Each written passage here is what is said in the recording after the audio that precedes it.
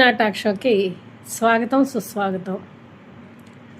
ఇటీవల కాలంలో ప్రతిదీ కలుషితమైంది. అందుట్లో ఫ్రెండ్షిప్ కూడా అంతే. Toxic friendship.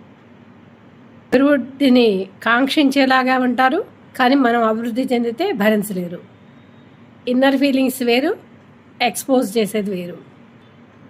జనరల్గా మాట్లాడటం తగ్గింది. అవసరం కోసం పరిగెత్తుకొని వస్తారు, అవసరం కోసం హొయ్యలు పడతారు, అవసరం కోసం లయ్యలు పడతారు. ఏది కావాలో అది లబ్ధి చేకూర్చుకునేలాగా మనల్ని మాటల మాయలో బురిడి కొట్టిస్తారు. ఇట్లాంటి ఫ్రెండ్షిప్లు ఇప్పుడు ఎక్కువైనాయి. ఎవరిని నమ్మాలి, ఎవరిని నమ్మకూడదు ఏం అర్థం కావట్లేదు. వాళ్ళకింత ఉంది, వీళ్ళకింత ఉంది. ఈ కంపారిజన్ ఎక్కువైపోయింది.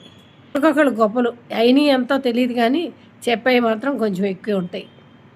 వాళ్ళ స్టేటస్ని పెంచుకొని ఎవరికి వాళ్ళు ఆనందపడుతున్నారు, వాళ్ళకి వాళ్ళే గొయ్యి తవ్వుకుంటున్నారు. ఏదైనా అవసరం వస్తే కనుక నీకు అంత ఉంది కదా, ఇంత ఉంది కదా అని ఎవరు వాళ్ళ వంక కూడా చూడరు. ఏదైనా ఆపద వచ్చినా కానీ వాళ్ళని ఆదుకునేవాడు కూడా ఉండడు. వాళ్ళు కానీ మన కుటుంబాల్లో కానీ ఎవరైనా కొంచెం తక్కువ స్థాయిలో ఉంటే వాళ్ళని వృద్ధిలోకి తేవాలి అనే ఒక ఆలోచన కానీ అసలు చాలామందికి లేదు.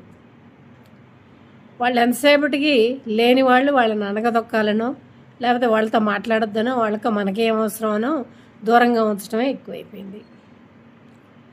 ఒక రకమైన రాజసం అంటానికి లేదు. రాచరికపు రోజుల్లో కూడా రాజులే అందరితో మాట్లాడారు.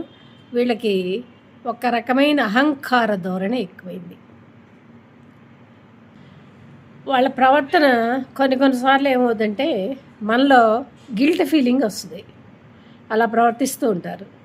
కానీ పెద్దవాళ్ళు కాదు, చిన్నవాళ్ళు కాదు, ఏమీ అనలేము. ఏం చేస్తాం, అవసరమైతే వెళ్తాం, లేకపోతే మెరగండి ఊరుకోవటం. కొన్ని సందర్భాల్లో వాళ్ళ ప్రవర్తన చాలా విచిత్రంగా కూడా ఉంటుంది. మన వల్ల ఏదన్నా లబ్ధి పొందితే మనం ఎవరికైనా ఏదైనా చెబుతామని చెప్పేసి ముందే మన మీద అవాకులు చెవాకులు మార్కెట్లో పేలుతూ ఉంటారు. మన వల్ల ఎవరైతే లబ్ధి పొందారో వాళ్ళే మన మీద ఎటువంటివి అభియోగాలు వేయటానికైనా వెనకాడరు. ఈ టాక్సిక్ ఫ్రెండ్షిప్ ఇటీవల కాలంలో బాగా ఎక్కువైపోయింది. మనమే గమనించి వాళ్ళ ప్రకారం నడుచుకోవాలి, కొన్ని నటించాలి, తప్పదు.